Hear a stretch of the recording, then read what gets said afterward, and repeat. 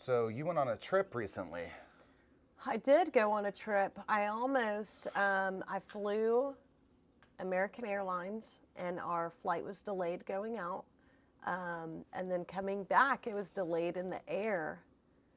And we had to run to make our connecting flight. So I haven't been in the airports in a while. So seeing all that stuff again was when's the last time we flew? Probably 2020. One, I think. Together, I guess. Oh yeah, because that's right. That's crazy. Yeah. So even further back than I was thinking. Yeah. So Height of COVID, I think. So I hadn't been, through an airport or anything like that, and apparently people complain about American Airlines too, specifically. Then there were crazy things like when we were flying out, they were like, "Oh, sorry, we've had the wrong plane sitting here at the gate, so we need to go find." They literally said, "We need to go find the correct plane, and we'll get back to you guys." And I think it was literally an hour later, they were like, "Okay, we're getting the plane ready to go for you guys. We found it. It was over in this yard," and da da da da. So nonetheless, it was a very good flight though. A lot less congested than I pictured the seating being. I don't know why I just freak out about sitting, next to, I guess, two other people, but it was a very comfortable flight, a short flight over to Dallas, and then from Dallas to Eugene. Eugene was a very interesting town when Oregon.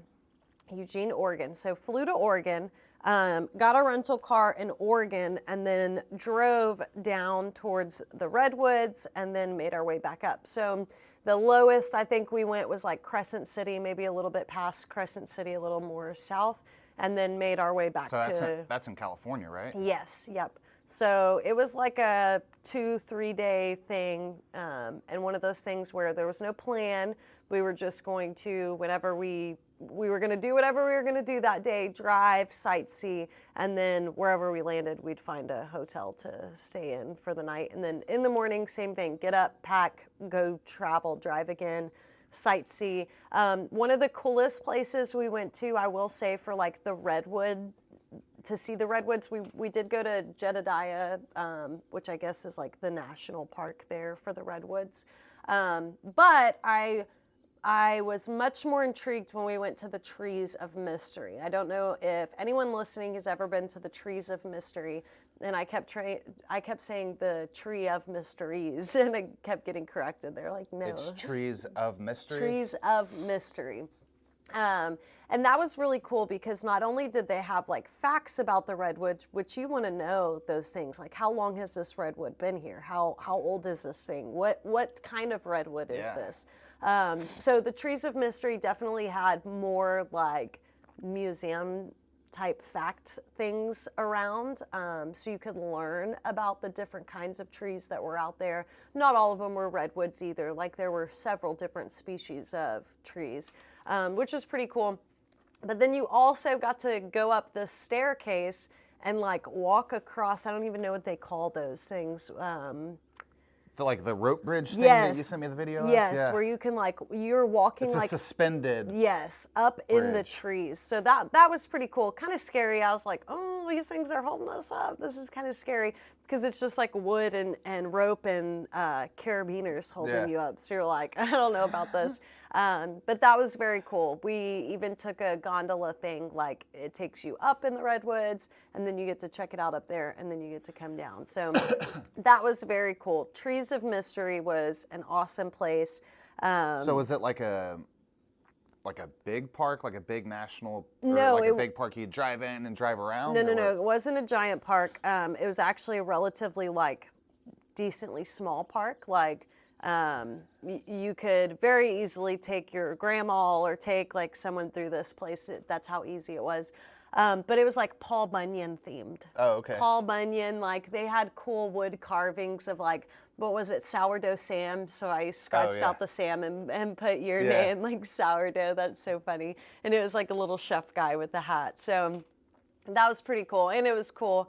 I don't know much about the folk tale of Paul Bunyan. I don't know about that story. Apparently he was a giant dude that found an ox or something. I don't even know. What's his bull or something? Yeah, I mean, when I was a kid, Paul Bunyan was fucking you learned about Paul Bunyan, like talking about Yeah. like Paul Bunyan's footprints were what caused the Great Lakes when he was walking, you know, and this big giant doing things, and then and I forget what his oxen's name was, but yeah, Paul Bunyan probably got canceled because he was too white in his folklore, and they had to find somebody else. And Yeah, I've never even like, I know the name Paul Bunyan, but I've honestly I didn't know the story of Paul Bunyan. I had no clue of the story of Paul Bunyan. it's just a fun folklore. Yeah. Yeah. Which, and that's kind of like, that explains this park very well. It was just like a fun park. Like one of the things had like 4 different male characters, and it was like Handsy Han and stuff like this. And my friend, we were like, oh, there's your boyfriends, like all 4 of them. Like it was a very fun time. And like I said, it was a relatively quick excursion to go through too. It wasn't like an all day thing. I think we were there for like a couple of hours. The Trees of Mystery place? Yes, yeah. And so once we finished up, of course, like we stopped in at these little beaches. We even, we wanted to go down, when we were still in Oregon, we wanted to go out to the beach because you can see it from, I don't know what the main highway is. 101 or something, Yeah. I'm not sure. And you can see like literally just like, it's a beach with no one there. And so I just get on my maps and I'm like, oh yeah, it says beach access right here. So we go and park, and it was like a campsite place, but I guess it's where they take their horses. Like you can rent a horse to do a ride down to the beach. And so we're like walking through the trail that the horses take. We probably definitely weren't supposed to be on that trail. But we made it out finally, I think after a mile of trekking, made it out to the beach, and it was just like the most incredible thing. The beaches in Florida are pretty amazing, especially on the East Coast, that southeast side. But this was like just a whole different vibe. This was like almost like a somber vibe mixed with the, like, it was, because it was like foggy still kind of, and like kind of wet. And it had like, I don't know, just like a kind of eerie vibe, but it was, you know, the vastness of being by the ocean though, like that feeling. So it was just a very cool, different experience than being like in the Keys on crystal blue water. Like this was a whole different, like, not the tropical experience, but still. Oh, amazing still. And just so like, I can't even explain it. Like the beaches are massive there. So like we had this whole beach to ourselves. I remember like looking around when we got out there, and there was like literally not a soul on this beach. In fact, I laughed because there was a buzzard, and I was like, oh, it probably thinks we're gonna die after trekking out here this far. So I mean, and y'all were there in summertime.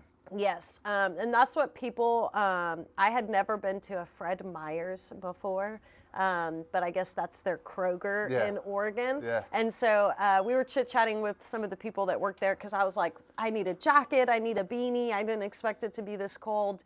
And that place actually sold like Carhartt, Levi, like it, Really? It was like it was almost like a Target is what it reminded me of.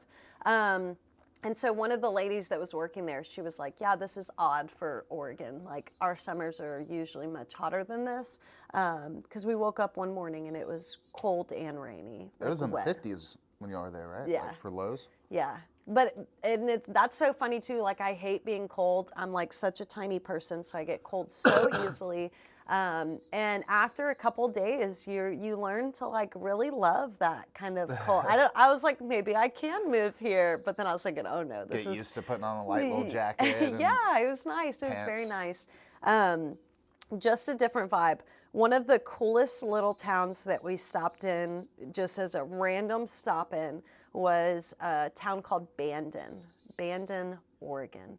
And it was pretty cool. Like it had, when you're driving into the town, it had like the big archway that said "Welcome to Bandon," Yeah. like a cool little like an announcement. You're coming in. Yes, Yeah. it was so cool. And then when we got down there, we parked by like the dock thing they had, and it was really cool. There were, of course, the fishermen out putting their, and I should have taken a picture, I'm sure I did, of the boat ramp. Like the boat ramp was literally like this. Really? I was like, how Going are down people? into the ocean? Yeah.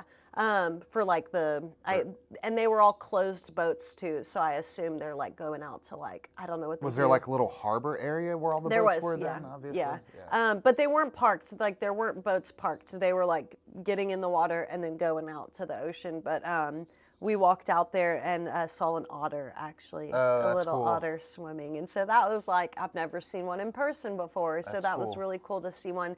And he like swam, and then all the rocks that are under the dock right there, I guess it had a home down in there somewhere. So it disappeared. But that was super cool. And one thing that was very cool about Bandon was not only did it like emanate sea vibes, ocean town, coastal town, they actually had artwork across the whole, like if you think like the fence line is the dock, which it literally like was all the way this way, they had artwork pinned all the way along the fence lines and a number on each one. So one section was like all the adult artwork all the way down the dock, and then this way was like all the children's artwork all the way down the dock. And you could vote at the boat stand of which artwork you liked the most. And so like that was such a you felt community when you went into that Right. town. Like you could just feel that in that town. So did they like, was there new artwork that they'd put up like every month or something, or every 6 months or once a year? Or I'm did not it look like sure. the same old artwork that had been there for years? You know what's so funny? No, it hadn't been there for years. It was definitely newer stuff. But it was so funny. We're amazed by this. We're like taking pictures and we're like, this is so cool. They had a mermaid statue and like just statue and like artwork built out of recycled pieces everywhere. So these old ladies were walking by us and they literally said something like hang up and hang out, like get off your phones. And we were like, mind your own business. Like we love that we're taking pictures of this. But Shut up, bitch. yeah, it was like, oh my gosh. We were like, we're tourists. We're not from here. Even one guy was like, y'all smell too good to be going fishing. We were like, no, we're not going fishing. But that Bandon was a very, very unique, cool little town. And they even had a public restroom right down there by the docks. And it was like the cleanest public restroom I've ever been to in my life. And it was like a completely open restroom too, like no front door on the entryway. And I was like shocked at how clean it was. It was very nice. Not a lot of homeless there either. Eugene had a ton of homeless people, like down at the skate park, kind of like what you see in Austin. Yeah. That's what that vibe was. Just they've created it. Yes, and They foster it. there was like I don't even know if it was a woman or a man, but it was like walking down the street in panties only. Like it was pretty hectic in Eugene. Like we were like, okay, how do we get out of here super fast?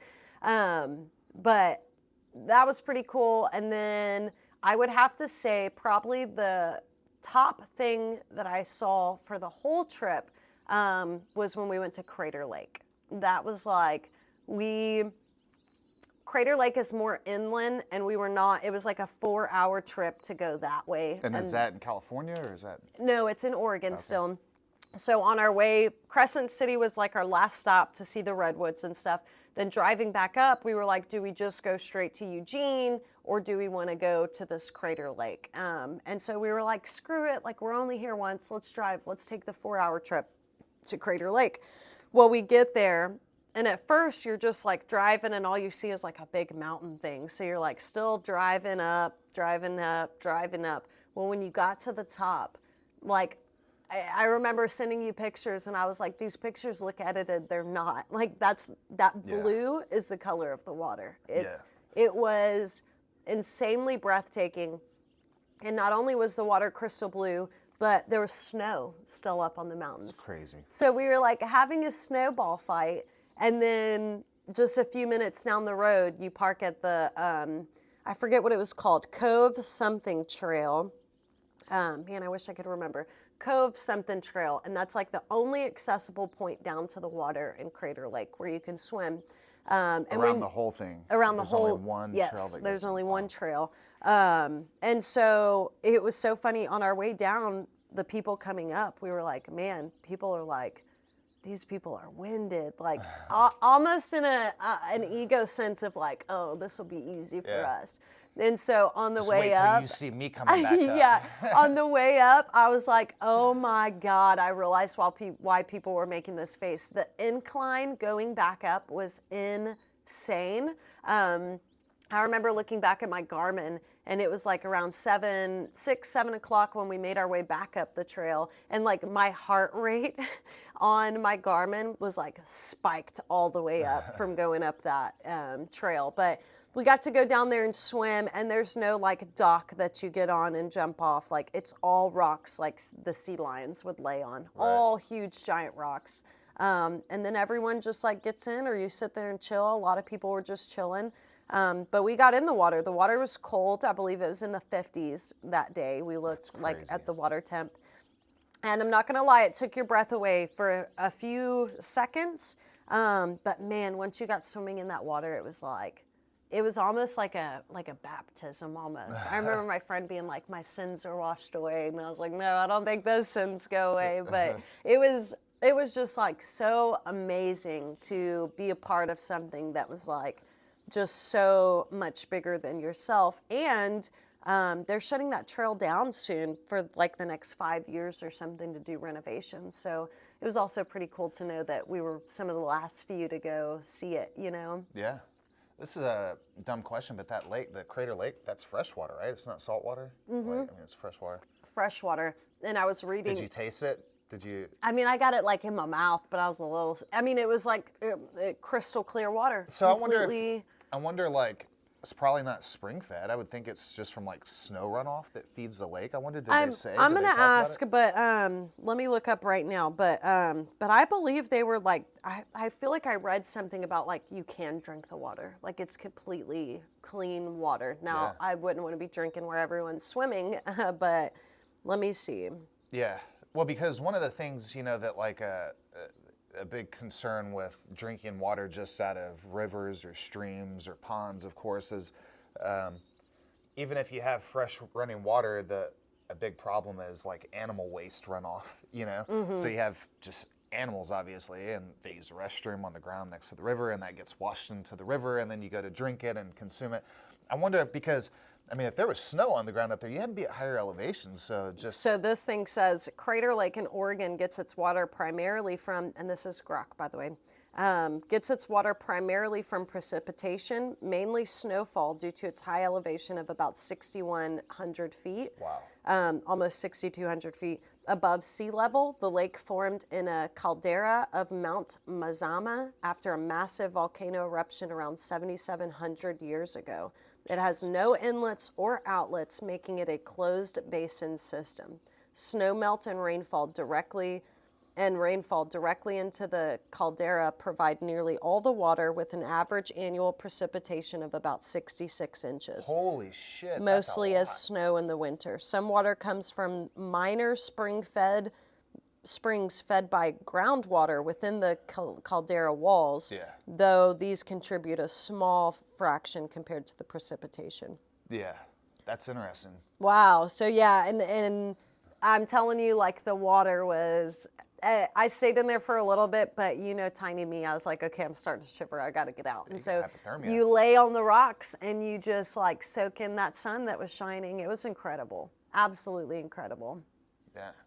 I wonder what people, so I'm sure people go there during the wintertime, but obviously, were y'all the only people swimming, or were there other people swimming? Oh, no. That's what, at first we were like, okay, like we see some people with bathing suits, but like we wanted to get in the water, but we were like, okay, is it too cold to get in the water right now? And then once you got down enough in the trail, you could actually see the rocks, and people were just like swimming all over the place. So that's when we were like, okay, let's go. We're like jogging down the thing to get to the water. That's badass. It was awesome. So, and that Crater Lake is apparently like one of the 7 wonders of Oregon itself. Yeah. So that was pretty cool to experience. I mean, the pictures you sent me, and you texted me that, you're like, this is one of the 7 wonders in Oregon. I'm like, holy shit, like this should be one of the 7 wonders of the United States. Yeah, I mean, North America, it's just a beautiful, I've never been there, but, or to much of the other parts of the continent, but the parts you showed me of Crater Lake, and just like you were saying, the unedited photos, and it was like you sent me photos from Google Images that had been, like AI almost, like generated, and you could see the snow still a little bit on the snow caps. Yeah, and that's, that was one of the things. I'm like, that's snow, and you sent me the video or whatever, y'all throwing snowballs. I'm like, how is this? Where are you? Yeah, and then we're swimming 5 minutes later. Yeah, that was like absolutely crazy to me. Yeah, but just a few hours before, y'all were on the coast, the Pacific coast of Oregon or California, wherever you were. That's one thing that was really cool to experience there is like a little bit of both worlds. So like even some points when you were driving, I want to say more towards California, you literally had woods and forest on your left if you were driving south. You had them, or excuse me, on this side. And then on this side, you had, on your right, you had sand dunes. Like literal, like what you see in freaking, in Padre Island and stuff, like the actual sand dunes and stuff. Like it was very cool to experience kind of like all the things you love in one area, you know? And the temperature was just like pretty much ideal for the most part. Like it was a great time to go out, so. Was that you mentioned the sea otter, that wasn't the only animals y'all saw. No, we were in a place called Elk Valley, just for like a little gas station stop, just get some drinks and stuff. And there were two, and it was so funny, my friend was like, they're not real. And I'm like, no, they're moving. Those are real elks. And it was like two elks sitting down right at the entrance of this gas station. And they looked massive from where they were away from you. So I could only imagine. And that was my thing. I was like, these elk are just loose out here? Like that's kind of crazy, but they just kept to themselves. Man, I envy the people that get to hunt elk. I mean, they're just like one of the best tasting animals, and they have so much meat on them, you know? Like they were big, yeah. New Mexico and Colorado, they have a lot of elk up there, and never hunted elk, but always wanted to, especially compared, you know, like white-tailed deer we have around here. I mean, they're like fucking dogs. You know, people like, they're like, oh, they're small. You get an elk, that's like a damn cow, you know? I mean, it's like they call the female elk cows for a reason, I guess. We also saw a ton of chipmunks all over the place. Little bitty chipmunks. I didn't know that. There was one that like came down the thing, and I was like, hi, buddy, talking to it. And it came down more, and I was like, oh my gosh, it's going to come down here, but it didn't. It turned around and went back. But chipmunks absolutely everywhere. And then we even saw in the Jedediah National Redwood Forest a banana slug, which apparently that's so cool. At the gift shop for the Trees of Mystery place, they had like a whole section of just like banana slug magnets, banana slug, like everything banana slug. So apparently they're like good luck or something if you see them. And so, of course, we had to, it was so funny because when you're driving back through the Jedediah National Forest, there's no parking lot. Like you just find a pull off on the side of the road. And so the one spot that we just randomly chose, there was literally a giant banana slug like crawling on cool. And it was the only one we saw the whole trip. So I was like, how crazy that right where we parked. How big was it? Was it like small like no, this? it was probably this big when it was erect, and when you touched it, it kind of like, it started to shrivel up, and it got about that big. Really? But it was completely slimy too. Call it a dick slug. So I picked it up, and I dropped it on accident because it was so slimy on the outside that it slipped out of my hand. So then my friend got it. She had it in her hand, and when we took it off of her hand, there was literally like a it was like sticky, super sticky, like, I don't even know, slime. I don't even know what that, it was gross though, it was crazy. When y'all first flew in, I remember you sent me a picture and a video when y'all first got to the coast. Y'all went to some caves or something like that? Oh, the sea lion caves. Yes, the sea lion caves, yes. Yeah, how was that? That was one of the first places we went because I guess it's really close right there to Eugene somewhere. I'm not sure exactly, but yeah. Oh, the sea, you'll get a kick out of this. And I don't think I've told you this yet. So the Sea Lion Caves is like on the corner of a turn on the roadway, and the parking lot's on the other side. Of the road? Of the road. So you have to walk across the road to get to the... Yes, but the thing is, there's a curve right there. So you can't see. So you cannot see. So like, at one point, I didn't realize how cold it was going to be on that side of the coast, and you're like on the edge of the coastline right there, going down to see the sea lions.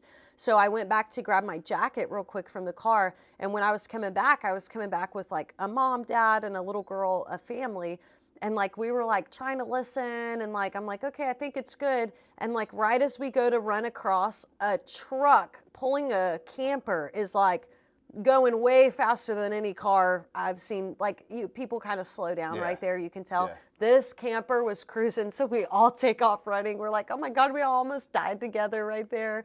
So it was funny. It was a crazy spot for them to put their. Could you not hear like the traffic coming because the ocean was right there? Well, and it's just windy and right where the else, curve is, like you almost couldn't hear right away. So just on that side, it was I was like, it's crazy that they put the parking lot right. Yeah. Like this is pretty. It was a big safety thing for sure. Yeah.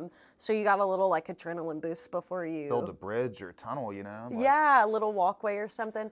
Like at a Haulover Beach, they have the tunnels that exactly, go underneath yeah. A1A from That's the parking what they lot need. side to the beach side. That's what they need. So, so yeah, you get to, there's two different, there's like a main lookout spot at the Sea Lion Caves where you can see the entrance of the cave from the outside, and the ton of them are just laying down in there.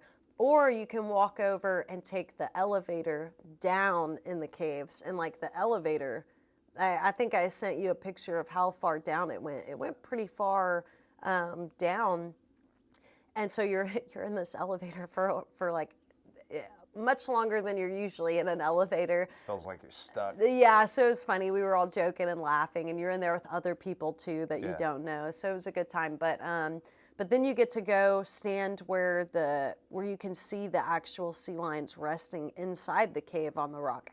And it was funny seeing the power like trips between them. Like this one younger, you could tell a much younger, smaller sea lion, he came up and like kicked this big sea lion off the main rock spot. And it's so funny watching them climb down too, because they only use their little fins. It's like flop. So you know they have muscle, because I was like, that thing's gonna fall, and they're slippery, but like no, they've got grip and they can get around apparently. I was thinking, dude, if they had triceps, their triceps are insane from like lifting them up and pulling them back and stuff. And then you see some of them fighting, and like it was just really cool. Also in the Sea Lion Caves, I noticed, I don't know what bird species it was, but there was a bird species in there. And you could just tell everything was like just coexisting in there, like a happy little, circle of life. Yeah, it was that was pretty cool. Pretty cool to see the sea lions in person too. Were they eating anything? Like, did they have fish? Were they catching fish? The sea lions? Or were they just like hanging out? I'm sure they do, but they were I mean, I guess sea lions eat fish. I don't even know. Yeah, I would assume so too. And I bet there's pretty good fish where they were at on the coast right there. Yeah. It was a beautiful spot. But yeah, I didn't see any eating anything, but some of them were pretty aggressive. They'd start fighting with each other and stuff, and you were like, oh, they're fighting, it's going down. Like it was funny to watch. Big too, man. They can very they're big, mean. They can. Well, that's what when they would bump them, I'd be worried like their big ass is gonna fall down the rocks or something, because they were climbed up the rocks. It was like piles of rocks that they had to climb. So it was just very interesting to watch. That was our very first stop on the trip, was to the Sea Lion Caves. I wonder why, I think the Pacific coast has sea lions. I mean, y'all saw sea lions up there. I know there's sea lions in San Francisco. I know there's sea lions down in Cabo San Lucas. I was actually reading, I don't mean to interrupt you, but I was actually reading that these sea lions here came out of nowhere right as the same time the San Francisco sea lions disappeared. So they think that those are the sea lions that apparently like a bunch of, I bet I have a picture of it still too. But there's still sea lions in San Francisco. No, there are, but apparently there was a time where there was none where we were at. There was a big Yes, and then all of a sudden a bunch went missing in San Francisco. They were like, whoa, where's the sea lion population? And these sea lions came up, yeah. They're like, fuck you, San Francisco. Yeah, they're like, I'm out. There's a bunch of shit on the streets. We're leaving. Yeah, this was pretty cool. Super cool place to see. Man, I didn't take a picture of it, darn it. But yeah, it was very, very cool. And then, yeah, Baker Beach was where we got out on the beach, because you had to walk literally through. Oh, wow. Yeah, all of that. So we found the camp spot and walked through there, yeah. So Baker Beach was where we were at. Just amazing place. And it was funny, when we were in Eugene, it was like 90. I had pants on from being in the airport, so I changed into shorts. And then by the time we got to where the Sea Lion Caves was, remember I had called you? Yeah. It had dropped. Yeah. Like, I don't even, like 30 degrees Yeah, or it's like something. in the 50s It was crazy. like low 60s. I'm like, and it was just a few hours, like 2 or 3 hours that it took y'all to drive from. And it was cold too. Yeah. Like it was a whole different. So then when we got to the sea lion caves, I'm like changing out of my shorts, back into pants, grabbing a jacket. I was Yeah. not prepared for like the cold Yeah. at all. Yeah, I could, we've talked about like living in colder climates, and it's fun to think about, I think, like in the summertime when it's fucking hot, Yeah. especially in Texas, and you think about like, oh, what I'd give to be in a cooler environment, and then, but then you go, I don't know, where y'all are at is different. You're on, you're at lower elevations, I guess, other than going up to Crater Lake, but like, Yeah. when we were in Colorado a couple years ago during the summertime, it's like, man, you're so fucking, and we were up in the mountains, it's like your fucking lips go dry, everything starts drying out. Yes. You got altitude sickness. Yes. And so it's like, I guess we'll stick to the lower elevations. I'm surprised that I didn't, because we were going up and down in elevation quite a bit with the hiking that we're doing and stuff like that. And like, I'm surprised I didn't get sick at all. Like not. Well, yeah, I mean, 6,000 feet's really high, but in Colorado where we were at, it was like 11,000 feet we were at. I mean, it's fucking way up there. So, Dude, and the driver started getting crazy on them curves. I was like, girl, you gotta slow down. They're not like Texas hills are so different than Oregon, California hills. Yeah. And like, I remember just like at one point, fall fall off the side, and then it's like this the whole way. Like when we were going to Crater Lake, all that inland stuff was like a lot of curvy. Like I was like, okay, starting to get a little sick Yeah. here. Yeah.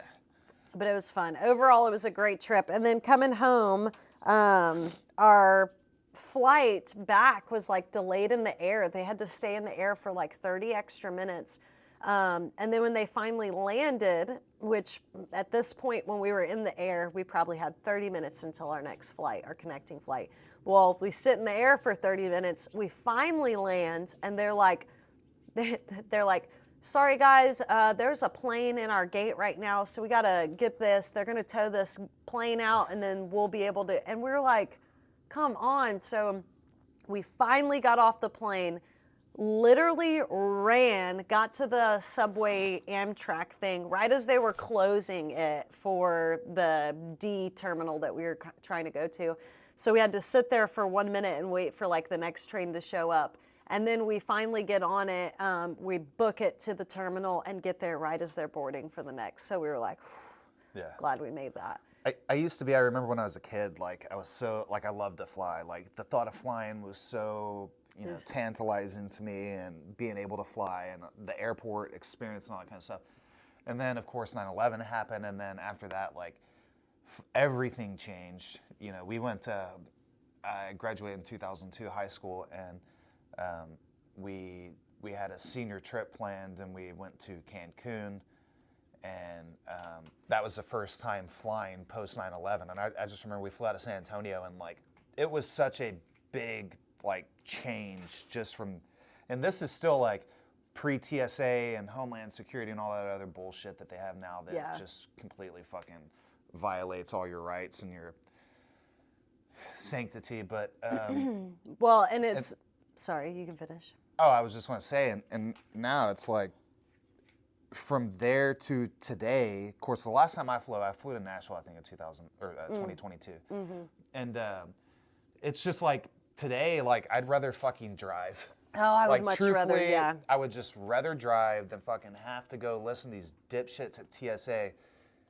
I mean, like, I think anybody listening to this right now, if you've flown more than a handful of times in the past 5 years, especially 10 years, you've all had experiences, or of somebody who's had experiences. I remember I was going through the airport, and this was in San Antonio, I think 7, 8 years ago, and I'm walking through it. I'm by myself, and I get through the metal detectors, where you put your fucking shit on the conveyor belt, and then they scan it, you go through, and then you pick it up, and then you go to your gate.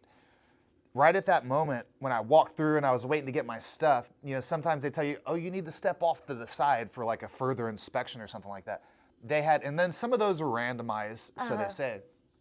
And they had a mom and 2 twin little girls, probably about 3 or 4 years old. And they weren't inspecting and searching the mom. She wasn't flagged. It was the 2 little girls that they had off to the side, and they were fucking searching them. And I'm just thinking, like, what a fucking travesty this is. Yeah. And so, I don't know. I fucking hate the TSA. I fucking hate the government and all that dumb bullshit that they... I do as well. I was joking with him. Like, my friend was like, shut the fuck up the whole time. But, like, you know me, I just love to, like, joke around and stuff. So when the TSA people, when we were coming back, and you got to put your backpack up there and stuff. Well, going through TSA the first time, I left a freaking Alani can in my backpack. And so, of course, it triggers. I did not remember that it was in there. So they're like, oh, we need to inspect this bag. So then I'm thinking, what did I leave in my, like, I literally can't think of anything I would have left in my bag that would have got it flagged. And then the lady just like puts gloves on and pulls my Alani, and she just looks so disappointed. And I was like, I'm so sorry. At least it wasn't a big dildo. Yeah, seriously. Like, oh, shit. But then coming back, I was joking because like the big thing with TSA now is like you don't have to take your shoes off. And so I was like, oh, I don't need to take my shoes off, right? And my friend was like, shut the fuck up. And the guy's like, no, you're good, actually. Thank you, Mr. TSA exactly. man, for not making me take my fucking flip-flops But off. then not my friend, but the person next to her, another girl, my friend said that she got flagged. They like came up to her and was like, hey, you've been chosen for a random, like you need to stay once you go through the thing. I just like, that stuff is so crazy. So definitely don't like dealing with that. And when we left Eugene, it was weird. When we were flying out of Eugene, like, you know, you go to the thing to get your bags checked and stuff. Well, our person didn't get there till literally an hour before the flight. So there was a line blocking the door, everything, and we were American Airlines was the only one that didn't have, like, everyone else booking, moving, okay, bag, check in, and, like, they were all just staring at the American Airlines line that had a flight going out in an hour, and I guess those workers don't need to be there till right at an hour before, so they came right at an hour before to check everyone's bags. It was crazy. Bare minimum. But then, like, they got stuck. Like, of course, they have 2 people working, and, like, one person was stuck the whole time because they had an issue with someone's stuff. So it's like, now you're only down to one person. Right. And so, yeah, definitely don't enjoy the, what's the right word? Like, the... chaos, if you will. The chaos and, like, the layers of process that go into that is just, like, a little unnecessary. And fun fact, I get a little motion sick sometimes. So when we landed in Eugene, I was thinking as the plane was just, you know how they just like kind of cruise to their, once they land, they kind of just drive around and cruise. Well, I was sitting there contemplating like, do I grab my bag and throw up in it, or do I run to the bathroom right now? And I was like, fuck it, I'm gonna throw up, run to the bathroom. So I run to the bathroom, and the flight attendants are still like buckled into their seats back there. So they're like, no, you're not supposed to be up right now. And I was like, I know, I'm just about to throw up, and I didn't want to throw up. And they like rolled their eyes and was just like, fine, go. So I went in there and like almost threw up. The movement helped me, getting up and walking helped with the heat that I was feeling. And I tried to throw up to make myself feel better, and I came out, and both the flight attendants were so nice. They were like, do you want a Sprite? We're so sorry. Here's a bag. I was like, thank you so much. Yeah. I'm like, I'm so sorry. I just did not want to throw up on everyone. Yeah. Figured y'all would appreciate not having to clean up, throw up over that. So, yeah, it was overall a very great trip. I cannot complain. It's so interesting to see like the personalities in airports. Like you think like flight attendants and stuff, and like the people that work at the gates are like the most patient people. They sit there and get yelled at all fucking day by people that are frustrated and pissed off, and they keep a smile on their face and just do their thing. And then you have like the TSA government workers that fucking hate their lives. They hate you. They're entitled. They are God and the gateway to your destination, and they know that.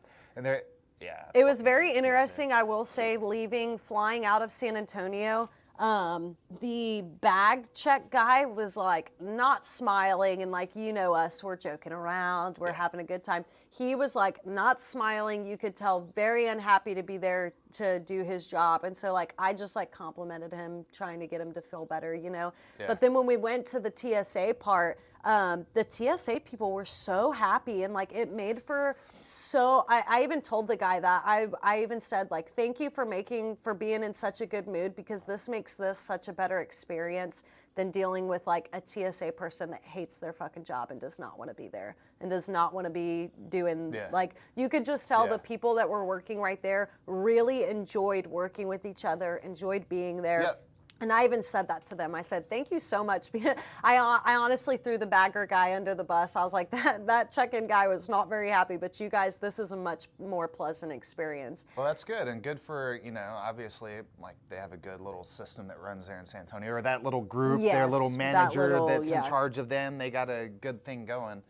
And sounds like that manager or whoever and those people should be promoted up through the system, because we all know that most of TSA is not like that. No, and that's why I even took the time to compliment them, because I was like, especially, when you're having to like put your bag up and your watch and your glasses and you go through the metal, like that's such a big ordeal already. So it's like to have people make it a better experience, and they're happy and they're saying good morning and they're very cheerful, like that was a really nice contrast to what we've dealt with before with TSA. Like just dicks who don't even they just are on an ego power trip and think they run the whole airport, and you're like, dude, chill out.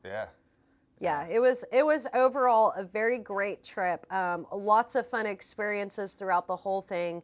Airports are so expensive. Everything in airports is crazy expensive. Like, even just like the gift shops and stuff, you're just like $30 for a t-shirt, like for a little tie-dye t-shirt, $30, that's crazy.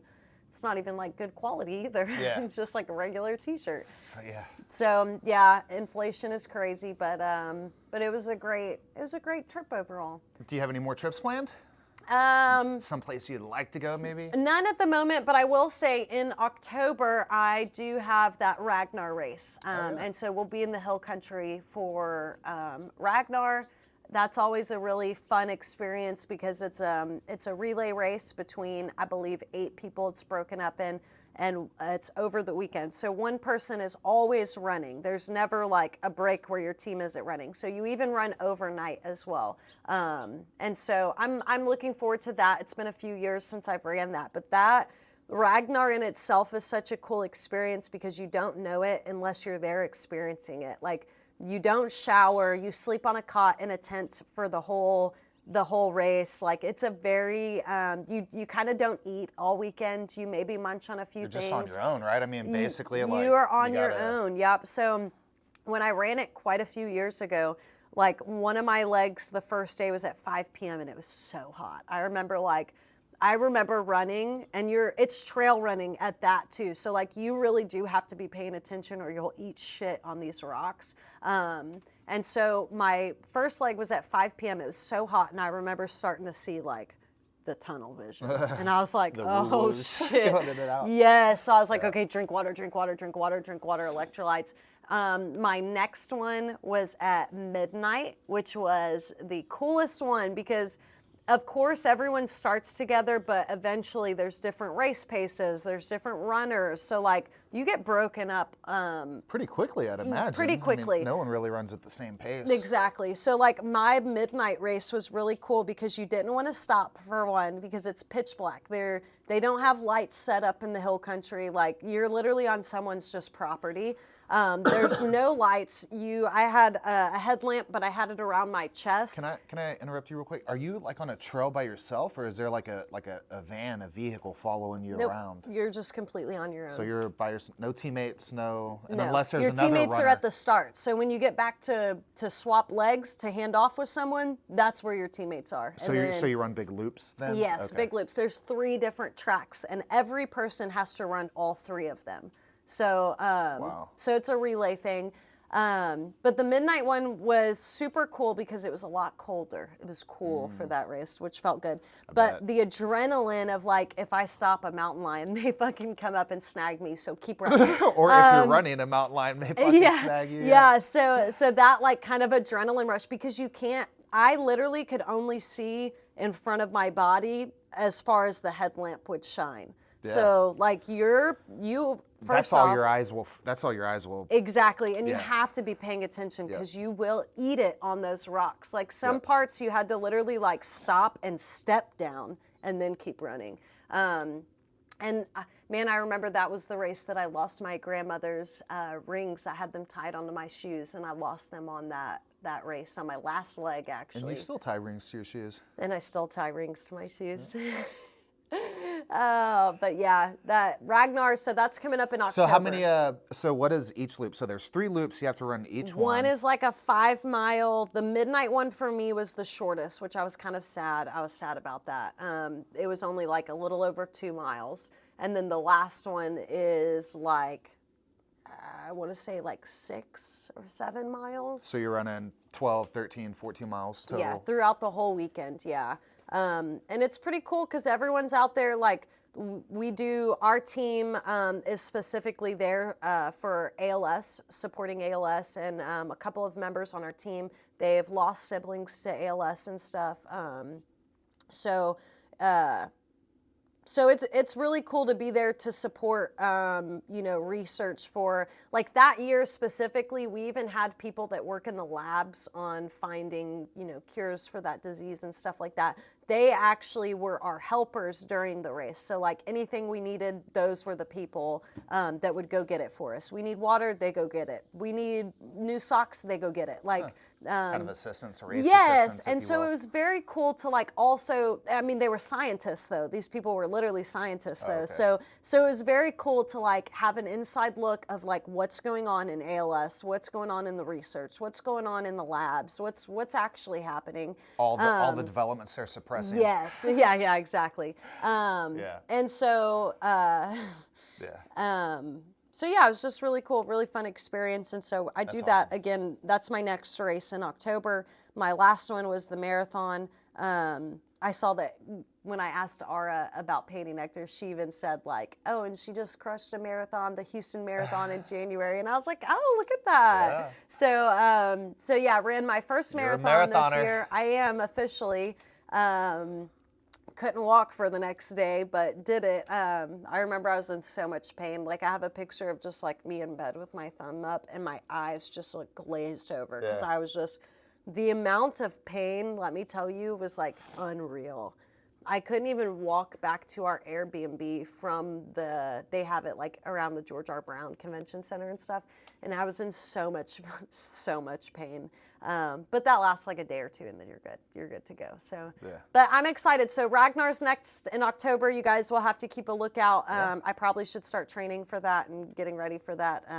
Getting in running mode. I haven't done anything like that since the marathon. So it'll be fun to get back into things like that. You and I went for a run the other day and I died. I was like, this is insane. It did. We've been pretty lazy. I have been pretty lazy and not running a whole lot. So it felt good to get out there and stretch the legs and I'd like to start running more kind of out and going on. Like I have no desire to. It's weird. I have no desire to go and line up and fucking run a marathon where there's 10,000 people all there and stuff. But like the idea of going out and running through the countryside with a small group or something like that, even like the Ragnar stuff, like that sounds like a totally different experience too. Like running, and when you start reading about running and like runners and like the groups and all that kind of stuff, there's like the trail runners, and then there's the whole other side, like the road runners. And like the trail runners fucking talk shit about the road runners because they think that the road runners can't hack it on and all this kind of stuff. And it's like, man, like running, and that's what the book Born to Run talks about. Like running is like innate in our human nature. It's in our DNA. We love to run, and we're conditioned to not like to run as we grow up. You know what I mean? It's a punishment. It's a punishment, especially when you get in school and sports and stuff like that. Going to make you run. In football, you miss this play, or you drop the ball, or you do this. You're going to run a mile, or basketball, or soccer, whatever the case may be. And it's like, I love running. Yeah. And I can feel like my ancestors wake up when I run. I'm like, you can feel that stuff in your bones. Yeah, I just love it. It's life. I mean, love like you can, running. Yeah. And so, I'd like to start getting out. And even like in West Texas, like I think it'd be cool to go out there and like run through like Big Bend. Like Big Bend has, I mean, it's fucking huge in National Park, obviously, but like but just like the expansiveness of that area, that part of Texas, you know, and like just being out there with nature and like you were talking about being on the Pacific coast where you're at the coastline and it's this big beach and beautiful and it's different, but you're still against this massive ocean. I mean, the Pacific Ocean is the biggest, you know, body of water on the planet. Yeah. And by virtue, I guess, kind of the biggest thing on the planet. It's like just fucking huge. And of course, you don't see the whole thing as you're standing there. I think you can only see like 11 miles on the horizon or something like that. But still, the point being is that like you as a human, you're engulfed in all of this, and it's like natural and it feels good. And I think like, you know, I like to run. I don't run distances, but you know, the times that I've ran at different places, like I feel so much better just naturally and mentally and in my physical being running outside in a natural environment where it's like, as opposed to like running through the city and like city blocks and like you're on the sidewalk and there's people fucking coming past you and like there's someone there with their dog that's taking a fucking shit on the sidewalk. You're like, what is this? You know, like it's not fucking natural. You know, being out with this and nature and it's a lot more enticing to me. I will give it to, you know, for my marathon, I bought a brand new pair of Hokas the day before at the How'd you expo. like those? I ended up, you know what's so funny is I only got them because my friend tried them on and I was like, oh, those are really cute. Let me also try a pair of those. And so I bought them and I wore them for their Clifton 9s, Hoka Clifton 9s. And I wore them for my marathon the next day, and they did outstanding. I have like never been more, and there was no like breaking in either. Like I don't even think I had blisters on my feet, honestly. That's crazy. Yeah, isn't that crazy? And that's a road race too. Yeah. So like you're on the road. Yeah, it's pretty, it's a lot more like strenuous than running on a trail.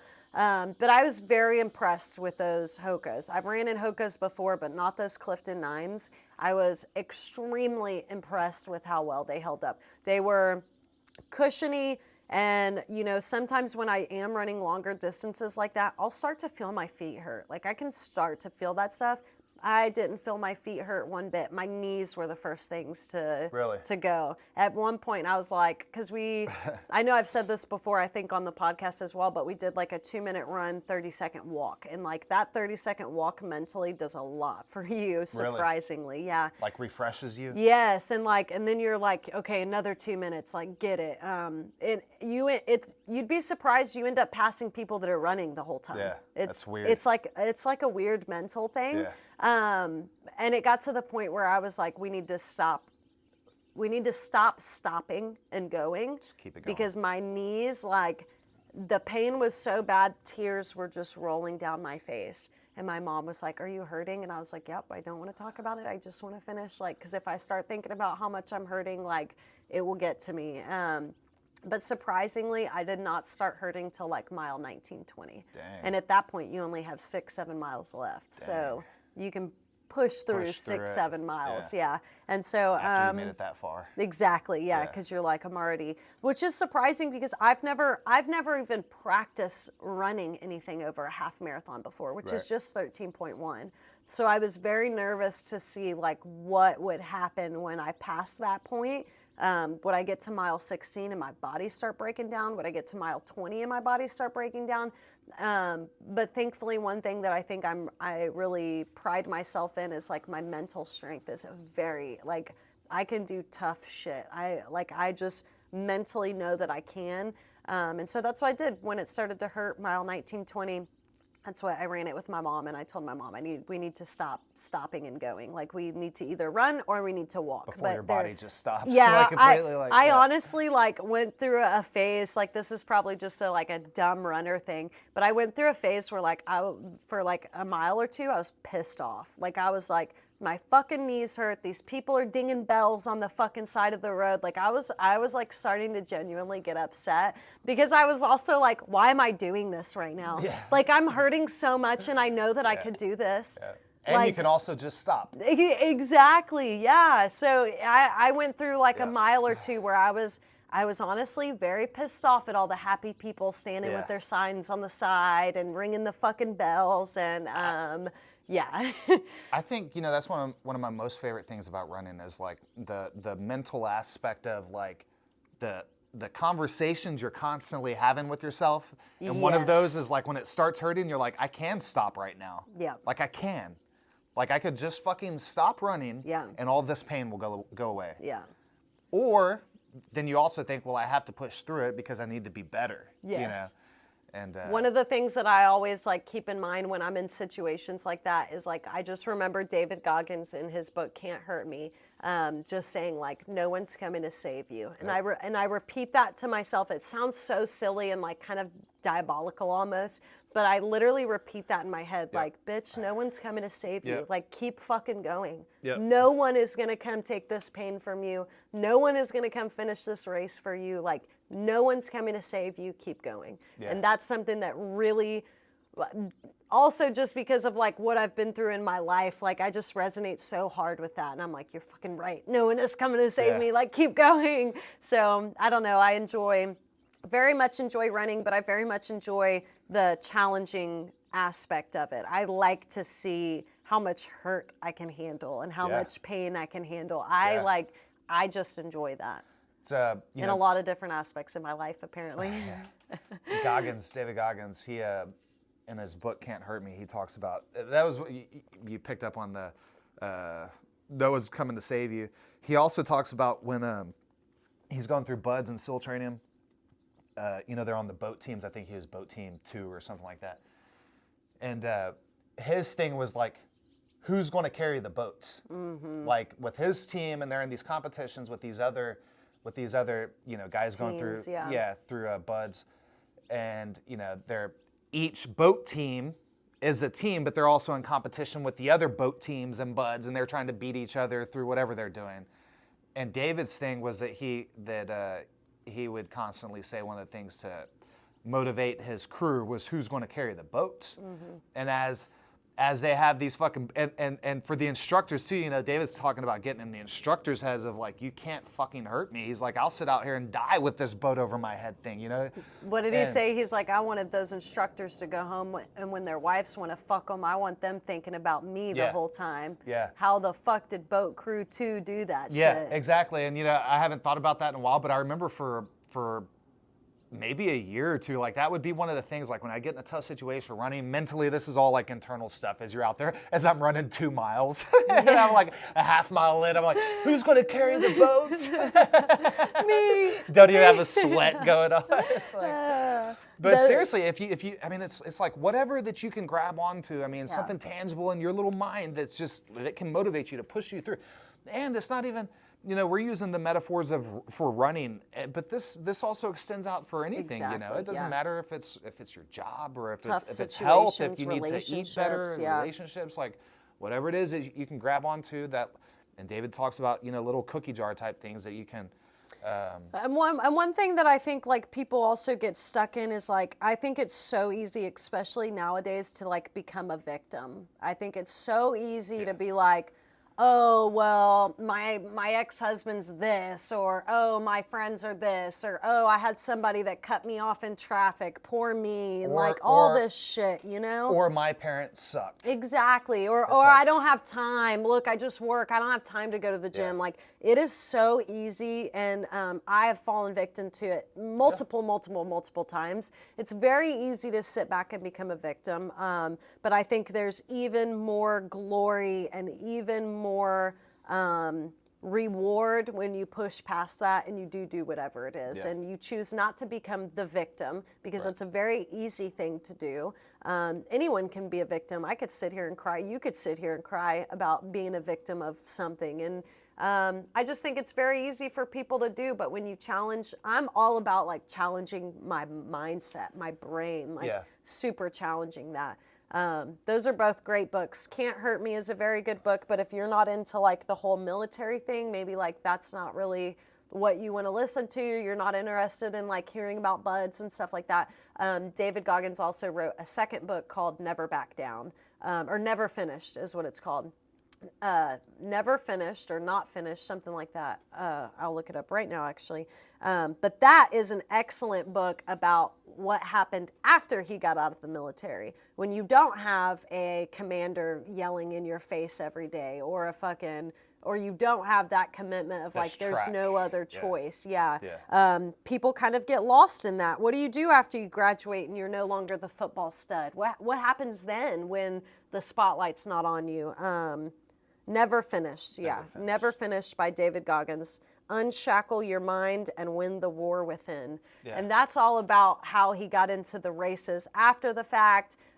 He's been through multiple injuries, obviously, after the fact as well. And so that's a very good book as well. Yeah, I think David does a good job of you know, talking about like victimhood and like if anybody could have been a victim throughout their life, it's David. Absolutely. You know, with everything that he went through as a kid and teenager and stuff, and with his family, with his mom, with his dad, and with him being, you know, living in, moving to Indiana, you know, he's a black guy, moving to Indiana into this all-white community, and, you know, he obviously didn't know how the to read. racism. Yeah, he was literally fucking illiterate because he didn't know how to read. And just all that he went through there, and to see what he pushed through and what he is today. And I think David is a really good example of like, for all of us, you know, one of the things that like, I think, for me at least, when I get into my own little victim mentality that I sometimes do, we all do it, you know, like when it's like, well, no one understands me. No one knows my story, or that this is like, no one fucking understands anybody's story. Everybody listening to us right now or watching this right now has a story. And everybody's story is just as compelling as the next person. Yeah. And everybody's, you know, like everybody has everybody has good things, everybody has bad things, but the point being is that like, what I'm talking about here is everybody goes through hardships, and there is literally no one on this fucking earth that doesn't experience hardships. So if you, and with those hardships, you come to a point, it's a fork in the road, right? Like, are you just gonna fucking lay down and die and be a little bitch, or are you just gonna just like keep pushing and move through it and go on and do the best you can? And also, you know, I was talking about like the LSAT test to go into law school the other day, and where they're talking about like, not you know, some of the questions on there are not, it's not to find the right answer, it's to find the best answer. Right. Because there's not always a right answer. That's true, yeah. There's not always okay, we're at a fork in the road right here, if you go this way, you're going to die, and if you go this way, you're going to live this happy, prosperous life and be fucking, you know, President of the United States or some shit like that. No, it's like you just got to make the decision, do the best you can, and keep rolling with it. But also realize that, like, you're not unique in your own suffering. Yeah. And that's kind of, it's concerning in a sense, if you will, to your ego to be like, oh, well, then no one's going to feel sorry for me if everybody else is suffering too. But it's also reassuring to yourself, to your real self, to know that, oh, everybody out here is going through this shit. Yeah. Everybody's going through some shit. Yeah. Then maybe my thing isn't so bad and I can overcome it too. And the thing is too, is like with what, you know, we do, and we talk to so many people and have private conversations, and people DM us, and it's like your situation is not unique either, you know, and as unique as you may think your situation is, there's other people going through that as well. Yeah. And so, and there's people who overcome it. And so just keep pushing forward in whatever it is. Don't feel sorry for yourself, you know. And no, I think that to channel the Eckhart Tolle, where he talks about this too shall pass. Yeah. You know, no matter what it is, this too shall pass, and there will be better days on the other side of it. And you know, push yourself through like Goggins does, I think, and you know, like he's taught us to do. And you know, he talks about like when you overcome these things, like you're building callous, building character to yourself, you know, to where next time you come across that, not a big deal, go right through it, boom, next time. Then all of a sudden these little issues that you made, they're not fucking issues at all anymore because you've moved on past that shit. Yeah. So good stuff. Love David Goggins. Big fan of David Goggins. Just resonates so much with him, like having to keep the demons out and having to keep his mind busy and working hard and pushing past that, because it's very easy to fall into, like we said, the sorrow of of your life. Everyone, like we said, everyone has something. It's very easy to fall into, like, my mom was a drug addict, or my dad was an alcoholic, or this and that. And it's like, well. Or I didn't have a mom and a dad, and I was raised by my grandma. Exactly, Yeah. Yeah. It's crazy. So good stuff. You guys be on the lookout for all things happening PantyNectar. Lots of good things going. Ara was telling me all about it this morning in the car. Active. Oh, you're doing a lot of car chats too. I am doing a ton of car chats. I have been on X, on Twitter. If you guys follow PantyNectar, you know that I go live. I try to go live on there every single morning, but also throughout the day, I'll try to pop on there and chit chat with you guys. But love chit chatting with you guys on X. It's super fun because there's so many people on X. They're from all over the world. So it's very cool to communicate with everyone. And I was even speaking this morning about some spicy videos that went up yesterday on OnlyFans and Fansly, so you guys can head over and check those out as well. Huge discount running right now, so go check it out if you have been eager for more. That is the place to go. Yeah, and be sure, I don't know where you're listening to this podcast right now, whether it's Apple or Spotify. Thank you so much for listening, but also we have it up at PantyNectar.com. Free, no sign up, just go to PantyNectar.com, scroll down a little bit, and you'll be able to push play on the podcast, and you'll see the latest podcast. So it's always available and free right there at PantyNectar.com. So if you need to find a new home to listen to the podcast, or you just don't know where to find it, lost something, lost an app, but just go to PantyNectar.com and it'll be right there. We're very grateful for you guys that not only get on here and listen or stumble across us and listen, but also you guys that are all over X with your comments, all over Reddit with your comments and your upvotes. They mean the world to me. And I'm very grateful that I have this community. And if you are stumbling across, that phrase makes me laugh now. But if you, it just fell in. I was perusing Reddit and stumbled across a pussy fucking spread. No, you clicked it.